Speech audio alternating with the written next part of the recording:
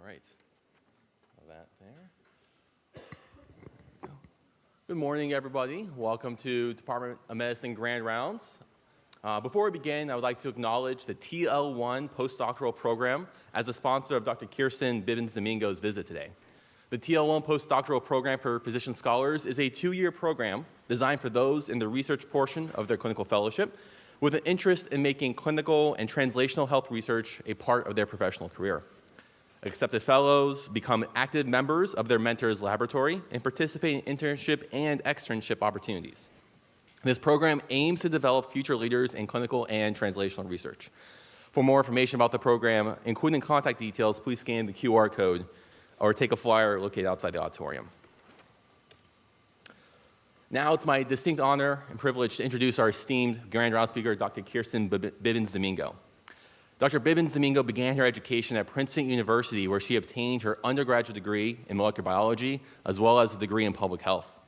She then moved to the University of California, San Francisco, where she has remained ever since, first completing her PhD in biochemistry, then her medical degree, internal medicine residency, and Master's of Applied Sciences in Clinical Research. As faculty, Dr. Bibbins-Domingo has established herself as a noted general internist, cardiovascular disease epidemiologist, and a national leader in prevention and interventions to address health disparities. She's extremely prolific, having published over 400 articles covering a wide array of topics and study designs, including observational studies, pragmatic trials, and simulation modeling to examine effective clinical, public health, and policy interventions aimed at prevention.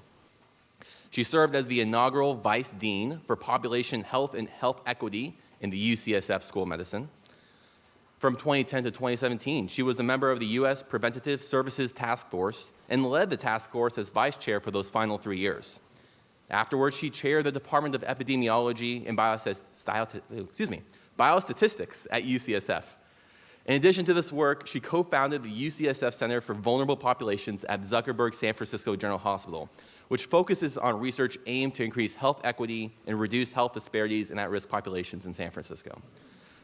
Dr. Bibbins-Domingo has been elected membership to several national organizations, including the American Society for Clinical Investigation, the National Academy of Medicine, the Association of American Physicians, and the American Academy of Arts and Sciences. In recognition for all of her work, Dr. Bibbins-Domingo has received numerous awards and honors for this, locally at UCSF, nationally through the Society of General and Internal Medicine, and from the state of California, where she has been awarded the Beverly Myers Award for Excellence in Public Health from the California Department of Public Health. Currently, Dr. Bibbins-Domingo is the 17th editor-in-chief of the Journal of the American Medical Association, JAMA, and the JAMA Network.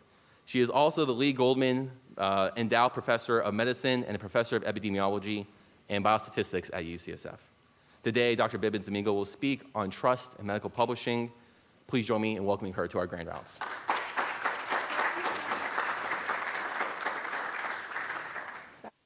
Nice introduction, way too long, but wonderful. I appreciate it. It's such a pleasure to be here, and I appreciate the invitation, and I'm looking forward to spending the day with many of you. So I'm going to talk today about trust in medical publishing. And I have this perspective. I'm now the editor-in-chief of JAMA and the JAMA Network. I've been in that position for 2.5 years. But prior to becoming an editor, I had never been the editor of any type of journal before, not even a baby editor or an associate editor or a section editor. And so I have this perspective coming into this very strong organization, mostly of somebody who spent most of my life as an author, trying to get into JAMA or other journals, or as a reader, trying to consume the medical literature. And so what I'm very interested in is having those who spend most of their time either producing the science or consuming the science really understand a little bit more how journals work, so that we all can, because we all have a responsibility to ensure the highest quality and the integrity of our biomedical enterprise, which is sort of a fractured little enterprise. And I think the more we understand the different sectors, the better as an enterprise we can be. So as I said, I took over this position in about 2.5 Years ago, I have been always very interested both in science and the communication of science, and that's what I talked about at during my first editorial published in 2022. So I'm the editor-in-chief of JAMA. JAMA is the flagship journal, 141 years old, and the journal of the American Medical Association, but firewalled from the American Medical Association, so we're an independently published journal and independent in our decision-making from the AMA. We're the flagship journal of the network, and we have fortunate to have 11 subspecialty journals and one open access journal, which is also a general journal and publishes about 10 times as many papers as JAMA does. Now, as you probably are aware, WashU is a little bit overrepresented here.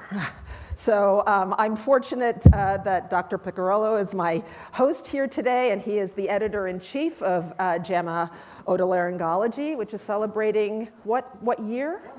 100 years. So 100 years, a remarkably strong journal. We're fortunate to have... He does predate me, so I don't know how long he's been editor. But also one of our newest editors, Sandra Galea, your new dean of the School of Public Health here, is our new editor-in-chief of JAMA Health Forum. And then at JAMA, Karen Joint-Maddox is our associate editor for health policy. So quite well represented in terms of, and also on the teams each, we have many faculty who are involved in the editorial work that we do. We're a journal, each of our journals have their own editorial team, but we are fortunate in being able to work together as a relatively small network of journals to try to think about how do we amplify things across our journals so that we can create the best experience both for authors and for readers. So what I want to talk about today, though, is trust. So we can talk about trust in medical publishing in a number of different ways. So when you finish your outstanding work and you send it to me, do you trust that I have a fair and balanced process for evaluating your science? Do you trust that I'm going to publish it in a timely fashion so that it doesn't sit around, and that I'm going to do my best to get it out into the audiences that you are trying to reach? I have to trust you that you have, that all of the things that you've written in your methods, you've actually performed faithfully. I have to trust that you're going to disclose any potential conflicts. And then in the end, the audiences that we're trying to reach when we publish rely on us, that trust that we have in each other, that we're communicating that faithfully to the public. So when I want to talk about some of those details, and I'm happy to talk about any of those during the question and answer period, but what I want to step back to and say that the environment that we're all living in, whether we're editors or whether we're clinicians, scientists, is one in which there's a lot of forces that I think threaten the ability for us to continue to maintain that high degree of trust that we all rely upon to do the work that we can effectively. And so that's what I want to talk about, is those larger forces, and hopefully we can engage in more of a discussion about what we think this means. So the first looks at this, headlines like this. This is from the Wall Street Journal about a year ago, showing the substantial closure, 19 journals by Wiley, many tainted by fraud, basically forced to close, right? So when the Wall Street Journal is reporting on scientific journals shutting down, that means it's beyond like you and I thinking about a journal being shut down. This is the general public all of a sudden saying, wow, fake science, what's going on here, right?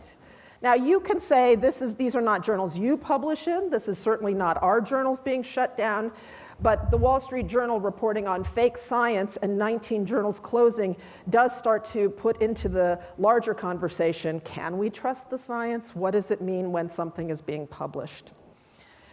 It's not just those journals, those researchers. These are, of course, top-tier institutions where we also have headlines like this. This is from the Boston Globe and Dana-Farber. How does bad data slip through? Allegations of research fraud raise questions about peer review. We have a pressure to publish, too many journals, too few reviewers. Again, this is at the beginning of last year.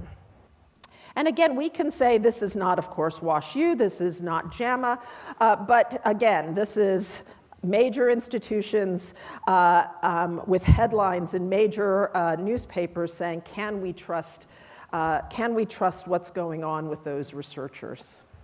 So the three trends I'm going to talk about starts with the rise in mistrust. And I do think that most of the surveys support that there is a rising mistrust of science. Much of this is born from the pandemic, and some institutions have recovered the degree of trust that was lost during the pandemic, including science.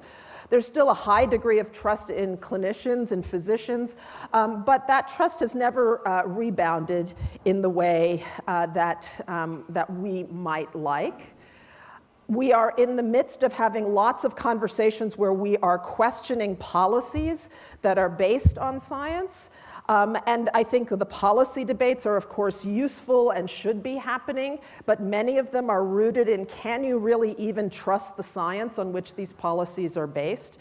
And that will continue to fuel mistrust.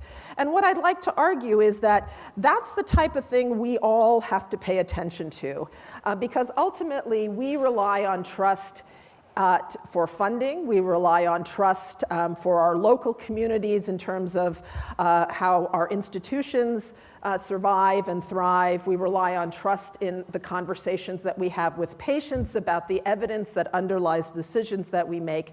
And so when there is a rising mistrust, it's got to be something that we all pay attention to, even if we ourselves are not directly contributing to fraud or misdeeds or things like that. And so this is one of the first trends that I hope we can spend a little more time discussing. Now, what I'm going to talk about is two other trends. And I'm going to try to tie these together, not to say that one is causally related to the other, but together, these three trends, the rising mistrust coming out of the pandemic, and these two others that I'm talking about, create an environment where we have to think with a little bit more urgency about how we, as institutions, as individual investigators, as editors, think about the issues of to try to maintain trust in the scientific enterprise. The second trend that I want to talk about is about accessible science. Now, I'm going to use the word accessible science so that I don't fall into the trap of using words like open access, which is one way to achieve greater accessibility of science. So accessible science to me starts with the premise that, we do science, we publish science. It's good if somebody can read it because somebody needs to apply it for clinical decisions they're making, to do the other types of scientific experiments on which a particular, to sort of reproduce that scientific finding.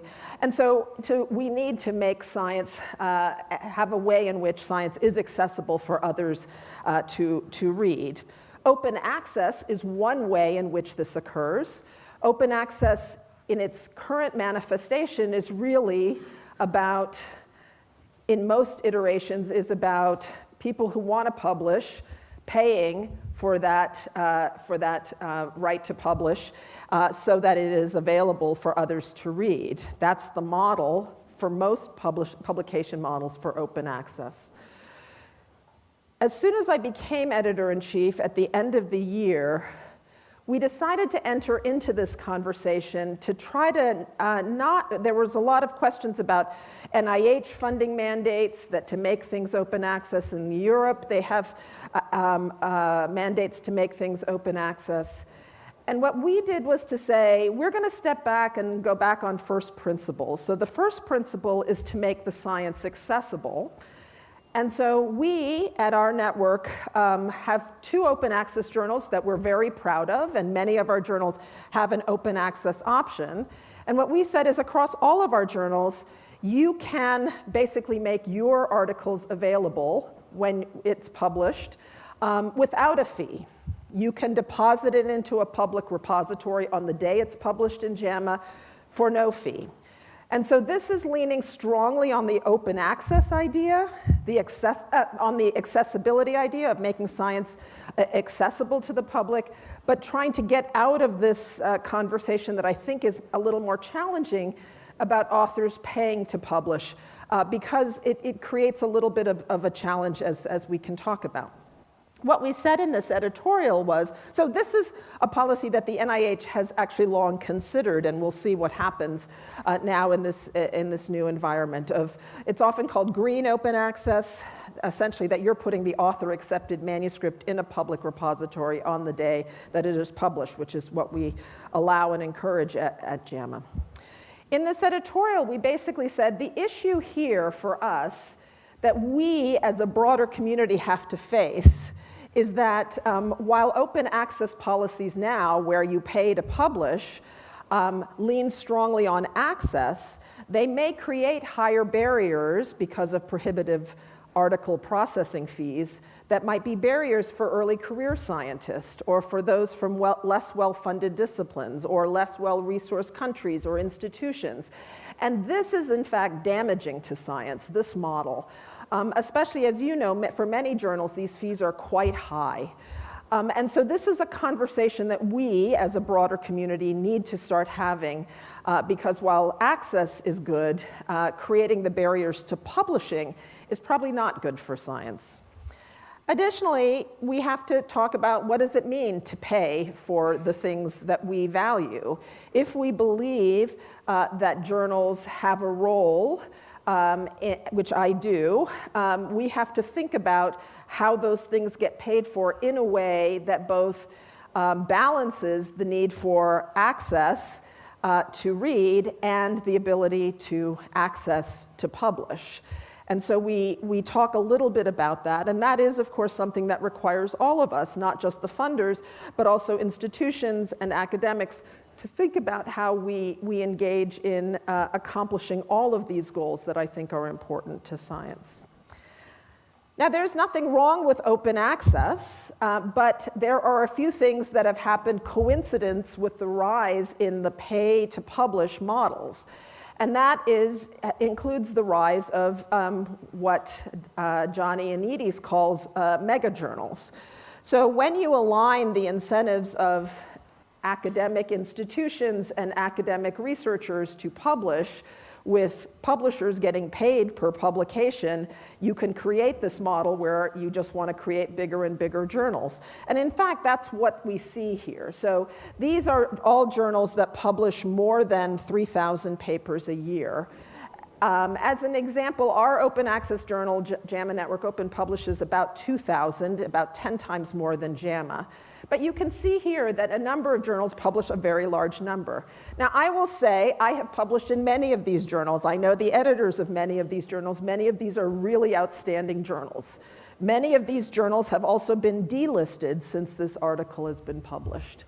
And so I think the point to say here is that I would encourage you to read this viewpoint, because the point is not that bigger is bad, but that bigger becomes harder to maintain the high standards of integrity that we have.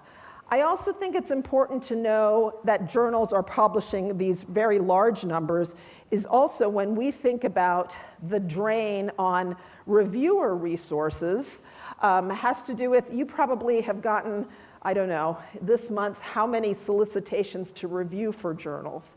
How many of them are journals that you are aware of and that you know and that you yourself publish in? We all are bombarded with those requests to review, and that reviewer burden also is the flip side of this, the rise of the number of journals and the number of publications per journal, which is definitely a trend here. So a few editors have written about this. This is the former editor-in-chief of BMJ, and he wrote, "The insatiable pursuit of two currencies in science and science publishing, money and publications, have a corrupting effect, and it's time for a major rethink." He basically says here that there's a saying in English and perhaps in Italian that misconduct is usually the result of either money or sex, but in science publishing, it's money or publications.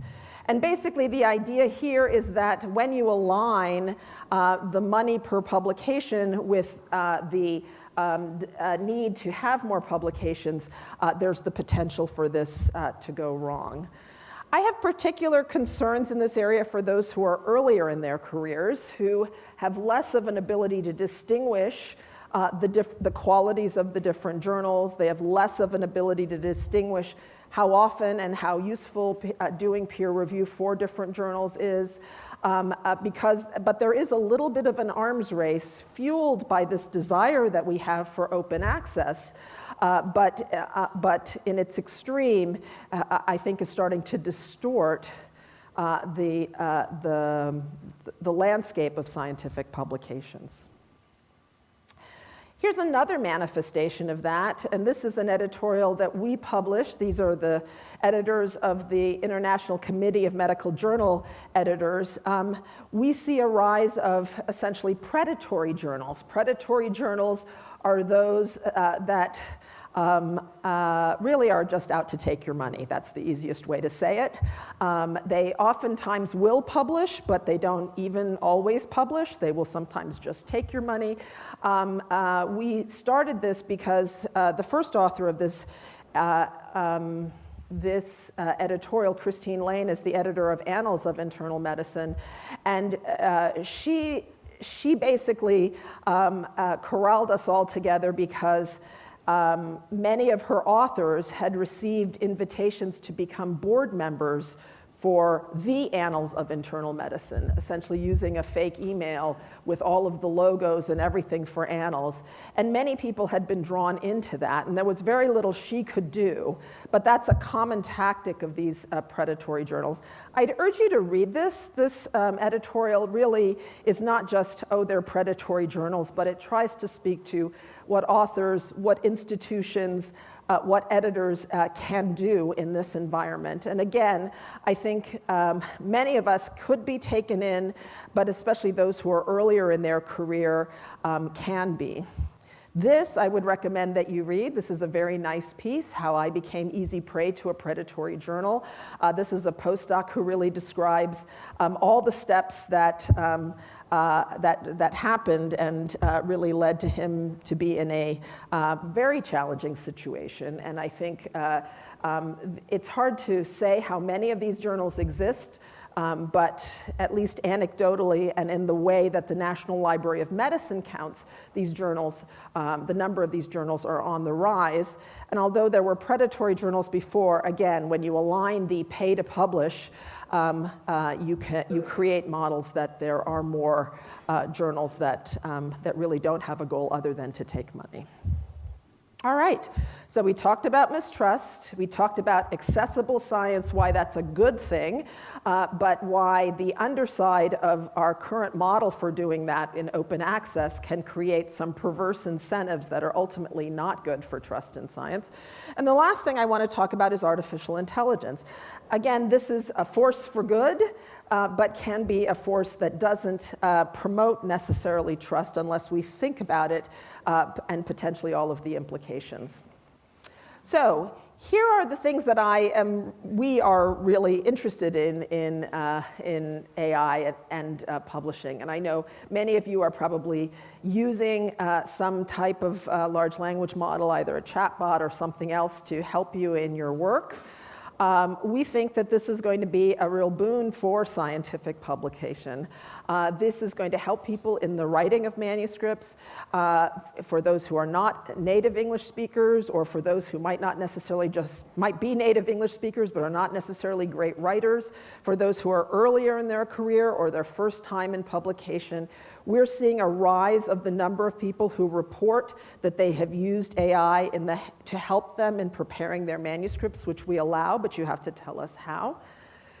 We think that this is going to be helpful in making content more accessible, so making content accessible in languages other than English, adapting technical content to audiences that might not be used to reading such technical language. And that's going to be a boon for making scientific findings more accessible to a larger audience. And we think it's going to be helpful for finding content. Right now, we publish a lot of things within the JAMA network that I can't always find. And being able to search and find and group content in different ways, I think will be really helpful with these tools that are really about helping one do that.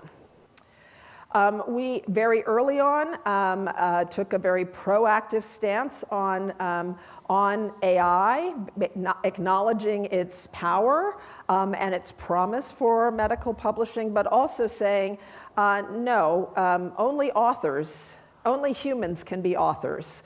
Only humans can sign that statement testifying to the integrity of the scientific findings in a paper.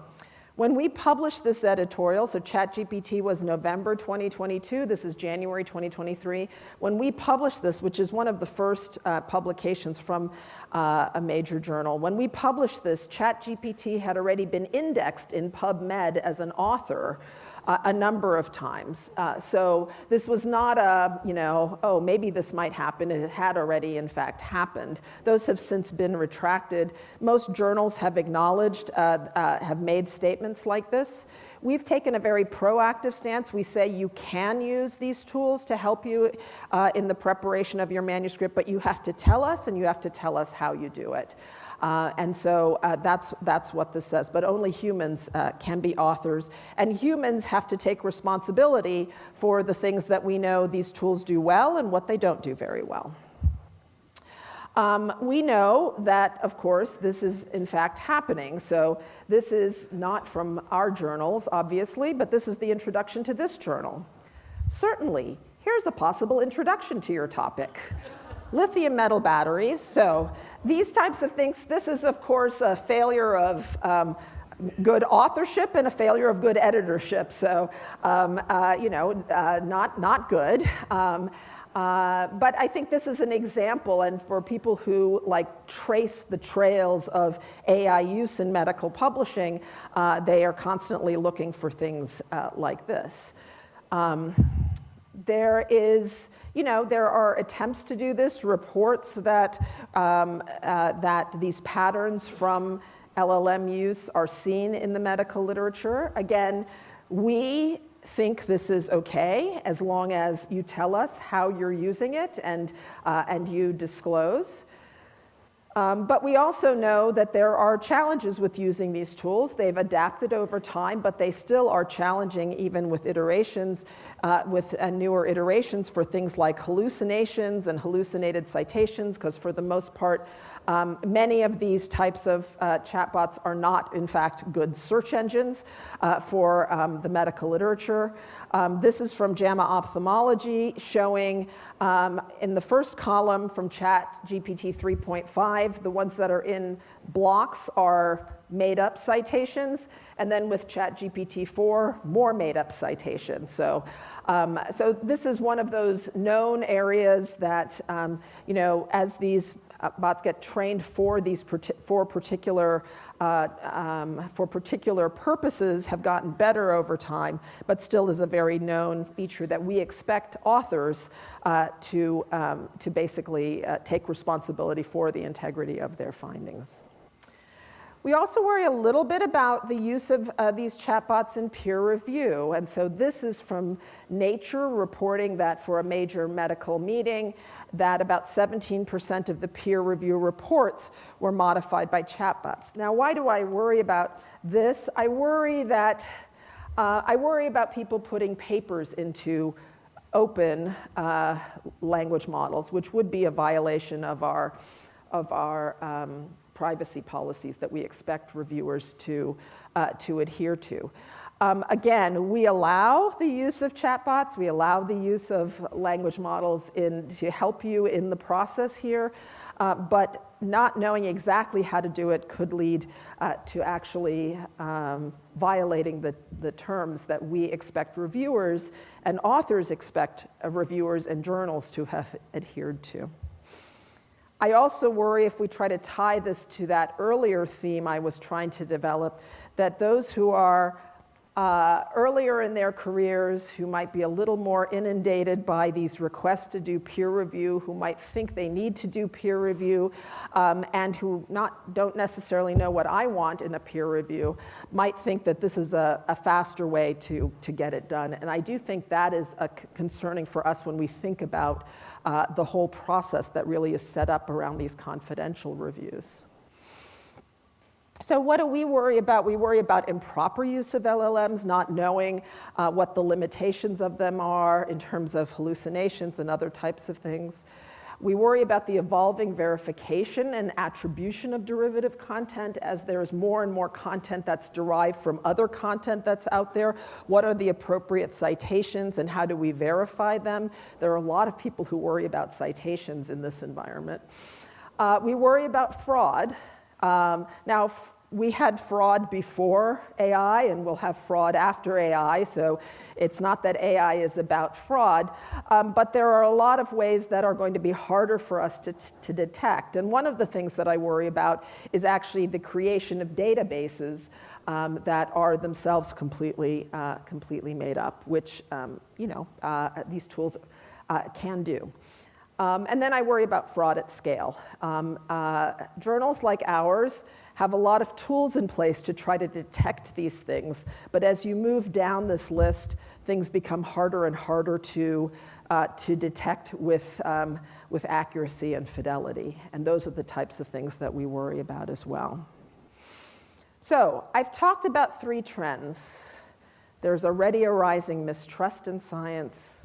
We need to make science more accessible. That's important, but our models for doing this through open access and pay to publish create this perverse incentive to make more journals, bigger journals, some journals that don't have a lot of integrity. Artificial intelligence is going to be a powerful tool to, in fact, increase the accessibility of science. But it also has this downside to it that could, in fact, fuel more mistrust of science. And so I don't have the answers to all of these questions. I don't have the answers to most of them. But what I do know is that it is something we all have to pay attention to and be aware of. I think many of these are going to require individual investigators, institutions together, funders, and journals thinking together about this. The idea that journals as the final stop are going to be the ones that figure out when all this other stuff has happened is probably a little bit foolhardy.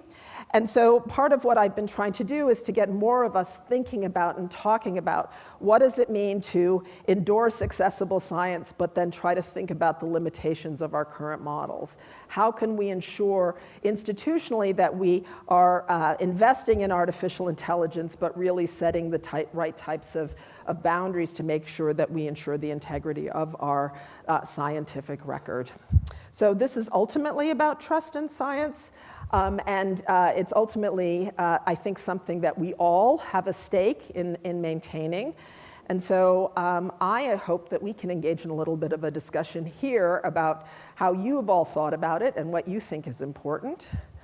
I think I have to tell you a goal for today's presentation. So, but I think, again, that this is something that we all have to engage in and think together how to promote integrity of the scientific process and of scientific publications, because it's essential to the enterprise that we all hold dear and that we're all a part of. So with that, I'm happy to take questions, comments, and to engage in discussion.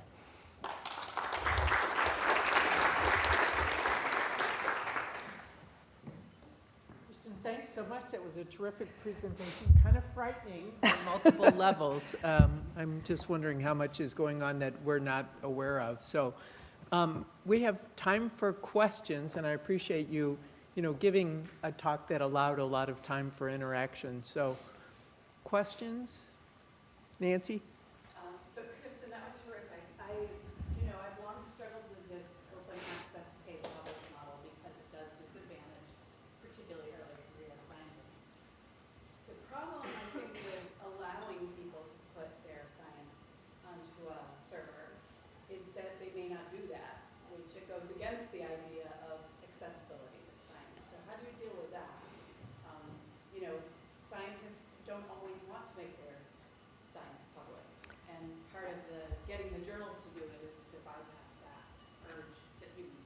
Yeah, thank you for asking that question. Repeat. Oh, yes. The question was, how do we, so it's nice to say that authors can put their papers up, but they don't always do it. And in fact, some don't necessarily even want to do it.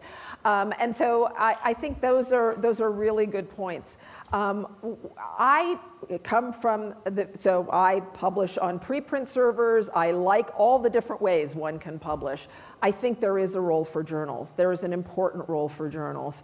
I think there's particularly an important role for traditional journal models, especially for clinical scientific content.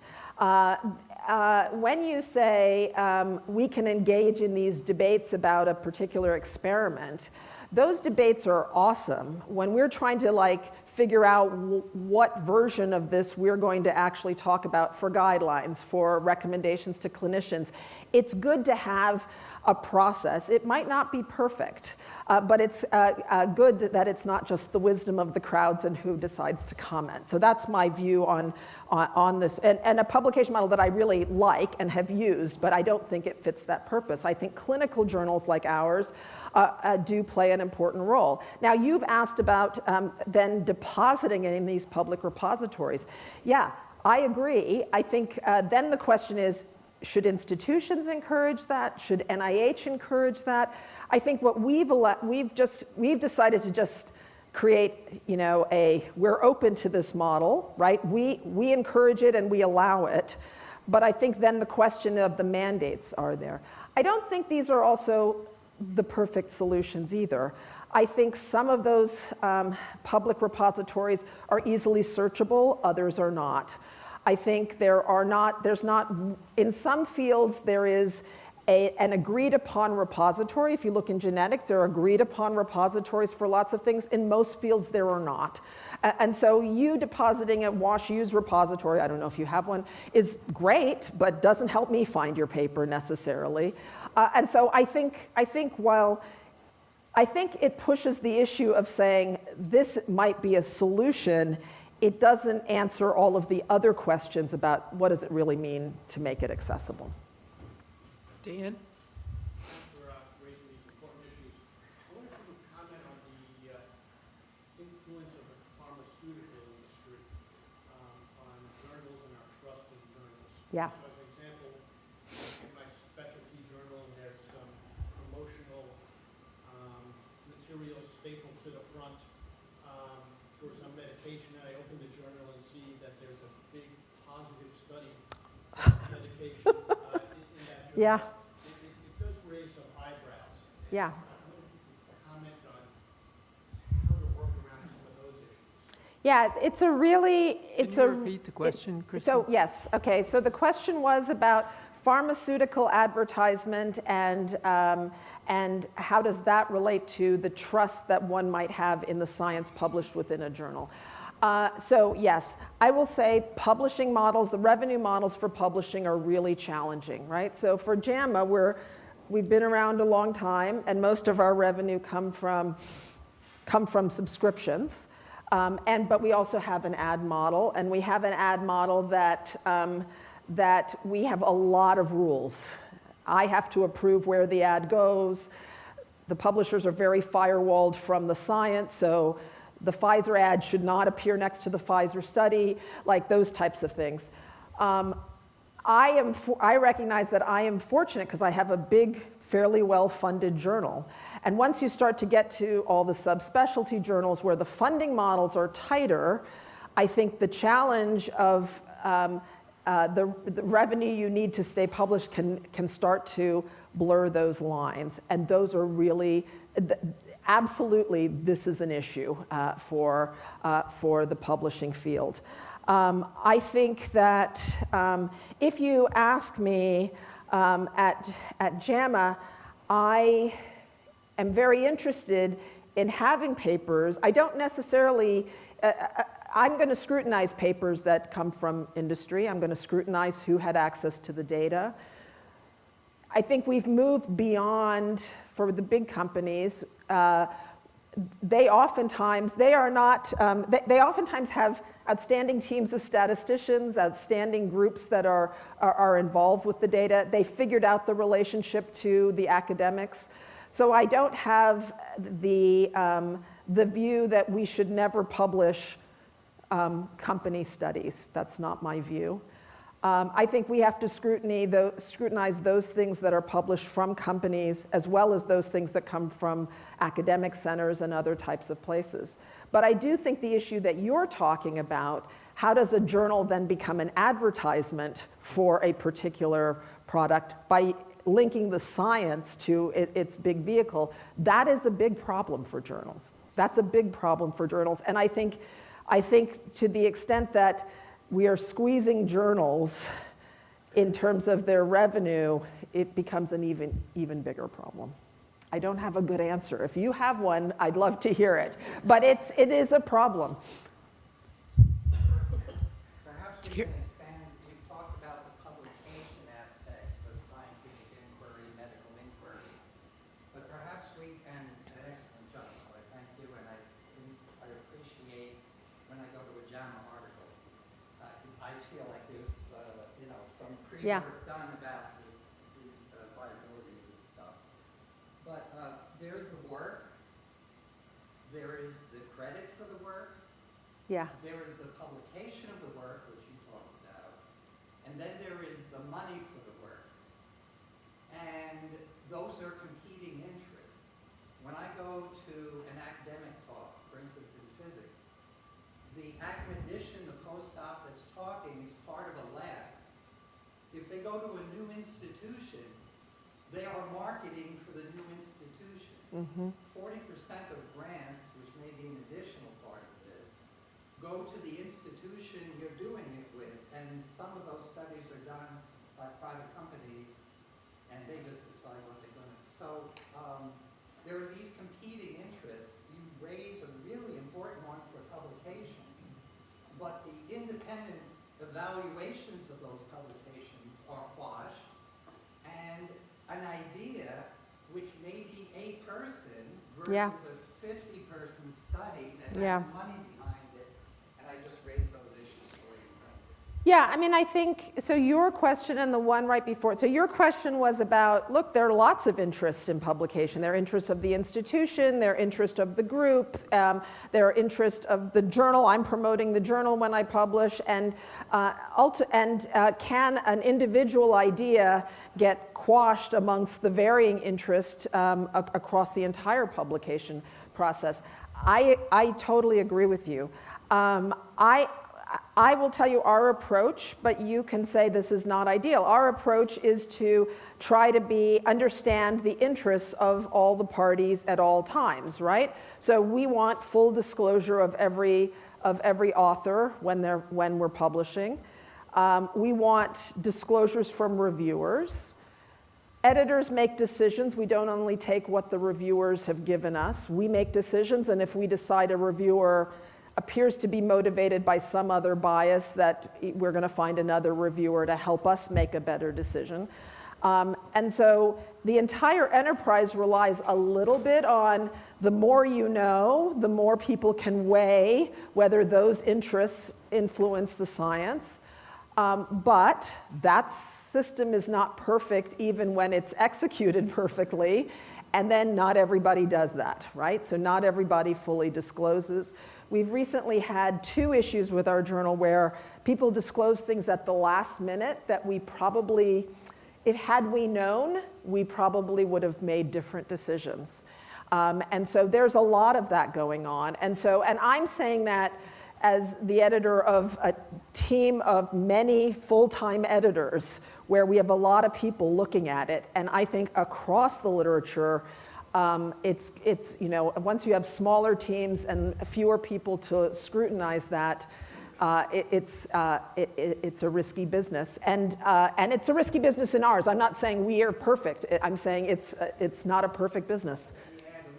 Karen? Yeah. Well, we have another question. Maybe you can take that offline later. Karen? So, Dr. O'Billy, I gave a talk yesterday afternoon, and one of the slides that I particularly remember was he said if you ask the public, 90% of people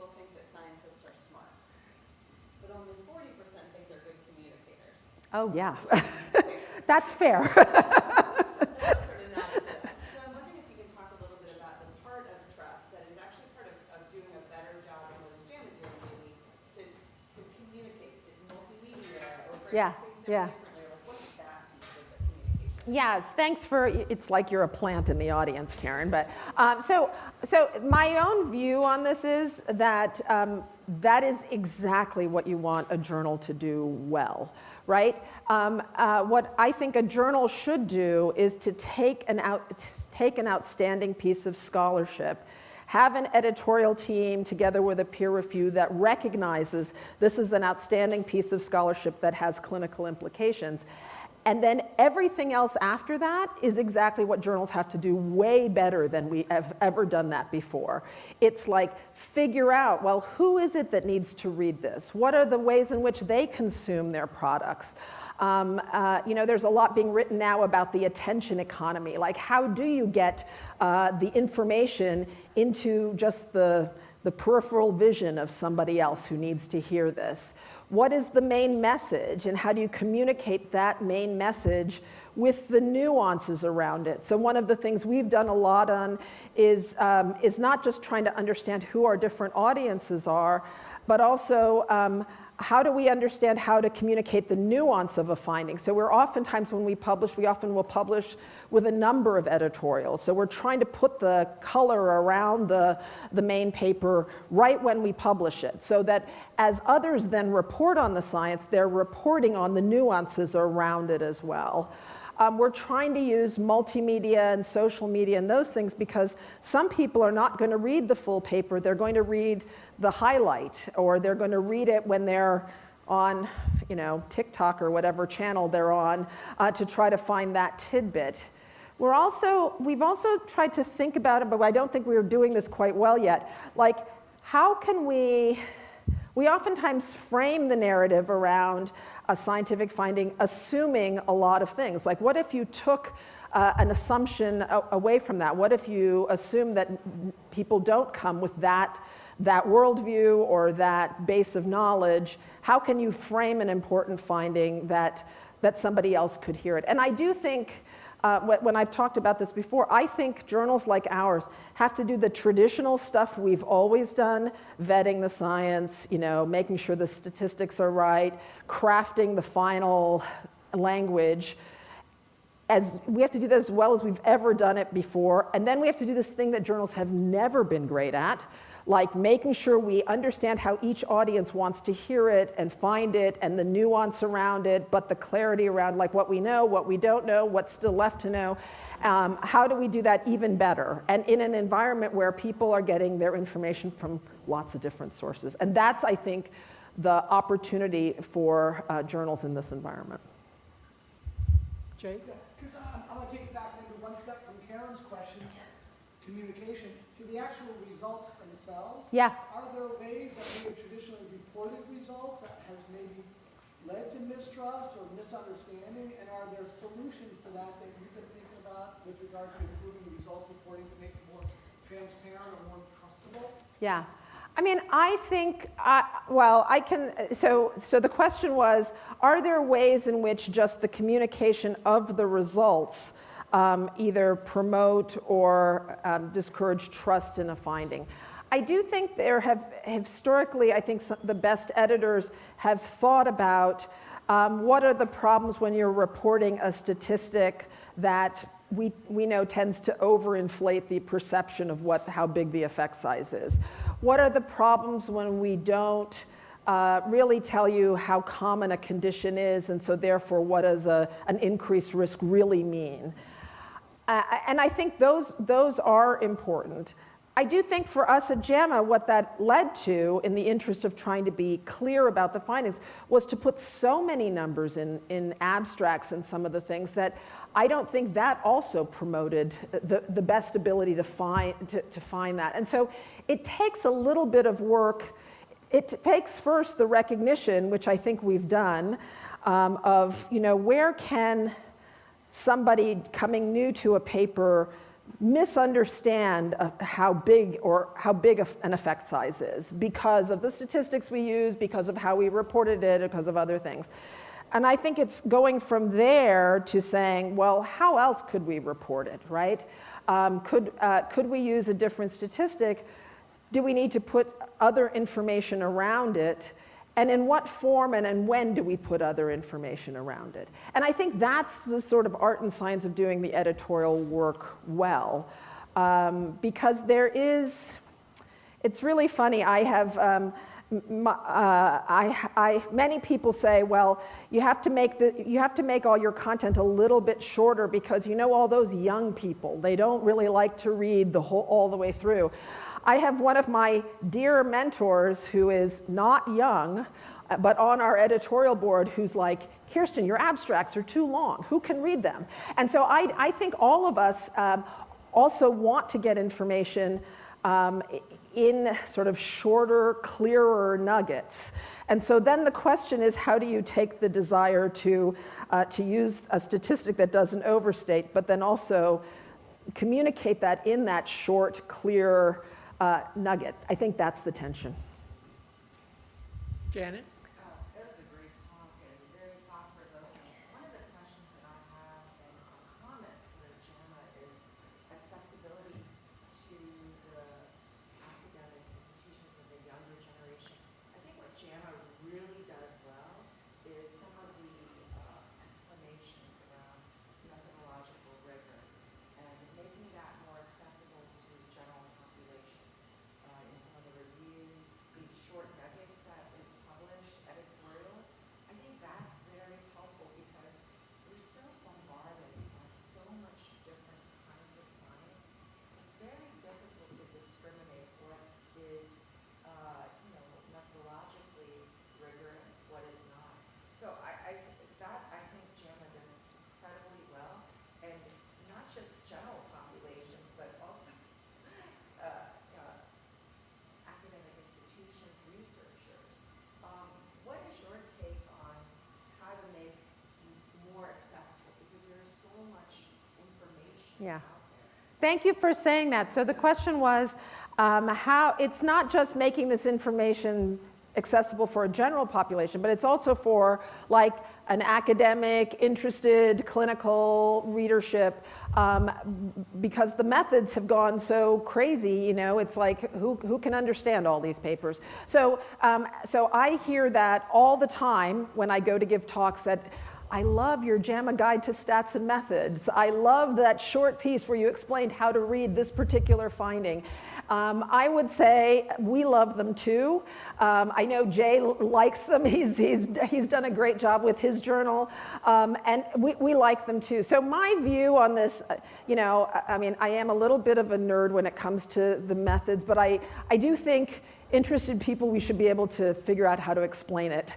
And so we do spend a lot of time thinking about not just the editorials around the clinical context or the policy context. We do think a lot about having the short description, 2 pages on how do you read this platform trial? What does that mean? What does this Bayesian analysis mean? And how can you understand it?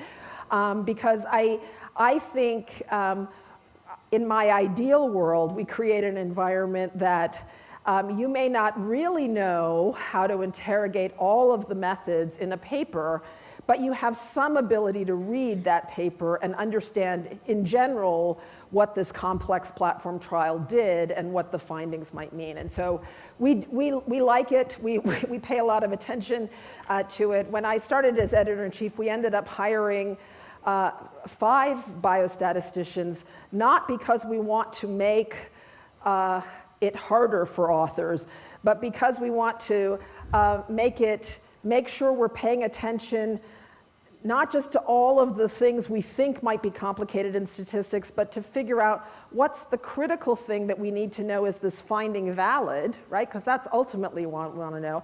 And then how can we communicate that to others to sort of give them a sense to explain it? And we're really fortunate right now to have a group of biostatisticians who work with clinical researchers and are really quite good at it. Patrick? Thanks for an excellent talk. It was really great to hear your perspectives on this. I want to dig in a little bit, Karen's comment and your response on worldview and the way that impacts the things that you publish and the way that we talk in journals. Because if you think about words like equity that have some core concepts that are shared in most